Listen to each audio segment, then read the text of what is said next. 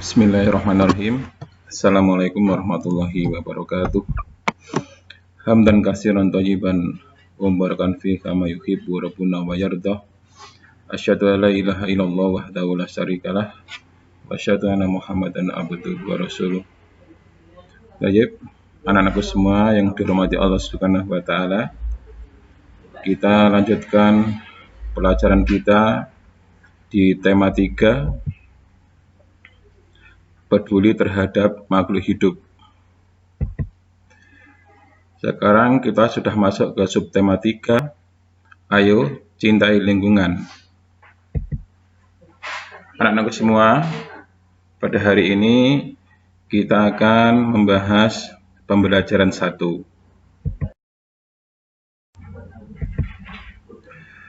Yang pertama dibahas di pembelajaran 1 adalah pemanfaatan sumber daya alam hayati. Sumber daya alam adalah segala sesuatu yang berada di alam yang dipergunakan manusia untuk mencukupi kebutuhan hidupnya.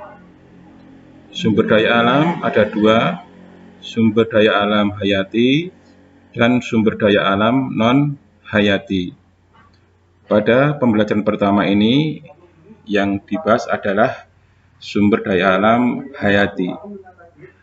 Apa itu sumber daya alam hayati? Sumber daya alam hayati adalah sumber daya alam yang berasal dari makhluk hidup. Sumber daya alam hayati meliputi hewan dan tumbuhan. Sebagai sumber daya alam hayati, hewan dan tumbuhan dapat dimanfaatkan untuk memenuhi kebutuhan hidup manusia. Bentuk pemanfaatan sumber daya alam hayati antara lain, yang pertama yaitu pertanian. Pertanian merupakan kegiatan pemanfaatan tumbuhan untuk menghasilkan bahan pangan. Sistem pertanian yang digunakan di Indonesia yaitu sistem pertanian lahan basah dan sistem pertanian lahan kering. Gambar di sebelah kiri adalah sistem pertanian lahan basah atau pertanian sawah, biasanya digunakan untuk tanaman padi. Gambar di sebelah kanan itu adalah pertanian lahan kering atau pertanian ladang, biasanya digunakan untuk tanaman jagung, ketela pohon, dan ubi. Kemudian yang kedua yaitu perkebunan. Perkebunan merupakan kegiatan mengusahakan tanaman tertentu untuk menghasilkan komoditas perdagangan. Perkebunan dapat dibedakan menjadi perkebunan besar dan perkebunan rakyat. Perkebunan besar adalah perkebunan yang dikelola oleh perusahaan yang berbadan hukum. Perkebunan rakyat adalah perkebunan yang diselenggarakan oleh rakyat. Komoditas perkebunan yang dikembangkan di Indonesia antara lain teh, tebu, karet, kelapa, kopi, coklat, dan kelapa sawit. Kemudian yang ketiga yaitu kehutanan. Kehutanan merupakan kegiatan mengelola, memanfaatkan, dan melestarikan hutan untuk kepentingan manusia. Hasil dari kegiatan kehutanan antara lain kayu, getah, obat-obatan, dan madu. Selain itu, hutan dapat dimanfaatkan sebagai kawasan wisata. Hutan yang dimanfaatkan biasanya digunakan untuk kegiatan pengenalan lingkungan dan alam. Yang keempat yaitu peternakan. Peternakan adalah kegiatan mengembangbiakan dan membudidayakan hewan ternak untuk mendapatkan manfaatnya. Peternakan dibedakan menjadi 3, yaitu peternakan hewan besar, peternakan hewan kecil, dan peternakan unggas. Hewan yang dibudidayakan di peternakan hewan besar meliputi sapi, kerbau, dan kuda. Hewan yang dibudidayakan di peternakan hewan kecil meliputi kambing dan domba. Hewan yang dibudidayakan di peternakan unggas seperti ayam, itik, dan burung. Kegiatan peternakan menghasilkan daging, kulit, telur, dan susu. Kemudian yang kelima yaitu perikanan. Perikanan adalah kegiatan manusia yang berhubungan dengan pengelolaan dan pemanfaatan sumber daya alam hayati perairan. Berdasarkan kegiatannya, perikanan dibagi menjadi dua, yaitu perikanan budidaya dan perikanan tangkap. Gambar di sebelah kiri itu merupakan contoh dari perikanan budidaya.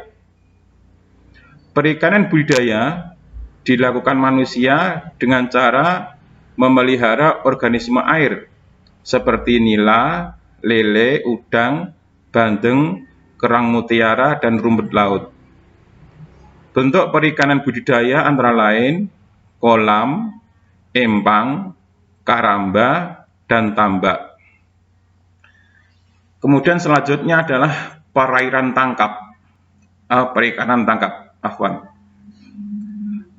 Perikanan tangkap dilakukan dengan cara mengambil langsung dari alam, misalnya dengan memancing, menjaring, dan menjala. Kemudian anak-anakku semua yang dirahmati Allah Subhanahu wa Ta'ala, yang dibahas di pembelajaran pertama ini selanjutnya adalah pentingnya pelestarian hewan dan tumbuhan. Pelestarian hewan dan tumbuhan sangat penting untuk memenuhi kebutuhan masyarakat. Beberapa bentuk pemanfaatan terhadap tumbuhan dan hewan sebagai berikut. 1. Manusia dapat menggunakan hewan dan tumbuhan untuk memenuhi kebutuhan hidup. Sebagai contoh, untuk bahan pangan, bangunan, pakaian, obat-obatan, perkakas rumah tangga, dan perhiasan. Hewan juga dapat digunakan tenaganya oleh manusia. 2. Adanya pepohonan menjadikan lingkungan sejuk dan segar. Pepohonan dapat mengurangi pencemaran udara serta menyediakan oksigen yang menyegarkan. 3. Manusia dapat memanfaatkan hewan dan tumbuhan untuk membuat tempat rekreasi seperti kebun binatang. Kemudian beberapa contoh sikap kepedulian untuk melestarikan hewan dan tumbuhan. 1. Tidak berburu hewan secara liar dan tidak menebang pohon sembarangan. 2. Merawat hewan piaraan dan tumbuhan yang ditanam dengan baik. 3. Melakukan tebang pilih, yaitu menebang pohon dengan memilih ukuran dan usia pohon. 4.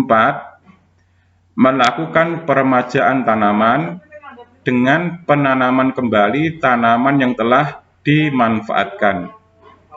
5.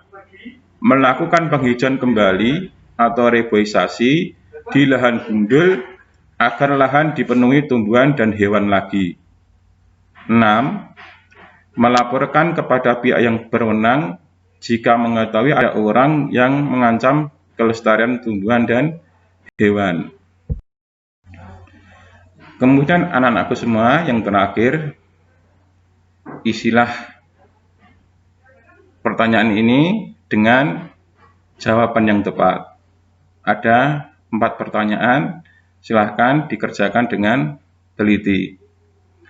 Anak-anakku semua yang dirahmati Allah Subhanahu wa Ta'ala, demikian pelajaran pada hari ini. Marilah kita tutup dengan doa kafaratul majelis.